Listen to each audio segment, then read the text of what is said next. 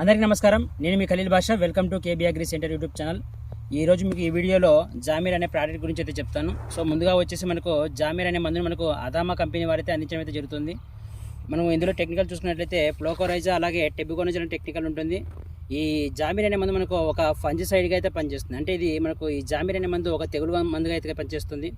So ఇది మనకు ఈ జామీర్ అనే మందు ఒక సిస్టమాటిక్ మరియు ట్రాన్స్లామినర్ ఫంజిసైడ్గా అయితే పనిచేస్తుంది. అలాగే ఈ జామీర్ అందు మనకు ప్రివెంటివ్ ఫంజిసైడ్గా అలాగే క్యూరేటివ్ ఫంజిసైడ్గా అయితే పనిచేస్తుంది.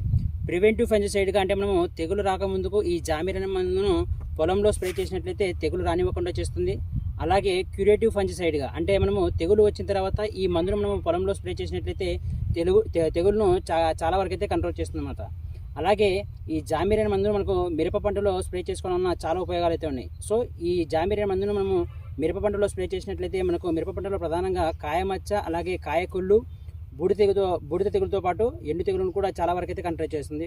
అలాగే మనము ఈ జామీర్ అనే మందును మొక్కపై స్ప్రే చేసిన తర్వాత దీని ప్రభావం అనేది మొక్కలో దాదాపు 15 నుంచి 20 రోజుల పాటు ఉంటుంది. సో ఈ 15 నుంచి 20 రోజుల పాటు మొక్క అనేది ఎటువంటి తెగులు గురి కాకుండా మొక్కను కాపాడడంలో ఈ జామీర్ అంటే ఈ అదామా కంపెనీ వారి జామీర్ అనే మందు చాలా పవర్ఫుల్గా అయితే పనిచేస్తుంది అన్నమాట.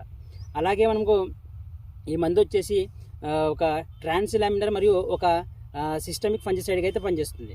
సో ఈ మందు వచ్చేసి మిరప పంటలో స్ప్రే చేసుకోవడం మనకు మిరప పంటలో కాయమచ్చ అలాగే కాయకుళ్ళు బూడిద తెగులతో పాటు ఎండు తెగులు కూడా చాలా వరకు అయితే కంట్రోల్ చేస్తుంది. సో దీని డోసేజ్ చూసుకున్నట్లయితే మిరప పంటలో దీనిని ఎకరానికి వచ్చేసి 400 ml అయితే స్ప్రే చేసుకోవాలి. సో దీని మిరపలో 400 ml స్ప్రే చేసుకోవడం వల్ల మిరప పంటలో వచ్చే కాయమచ్చ కాయకుళ్ళు బూడిద తెగులు అలాగే ఎండు తెగులను కూడా చాలా వరకు అయితే కంట్రోల్ చేస్తుంది.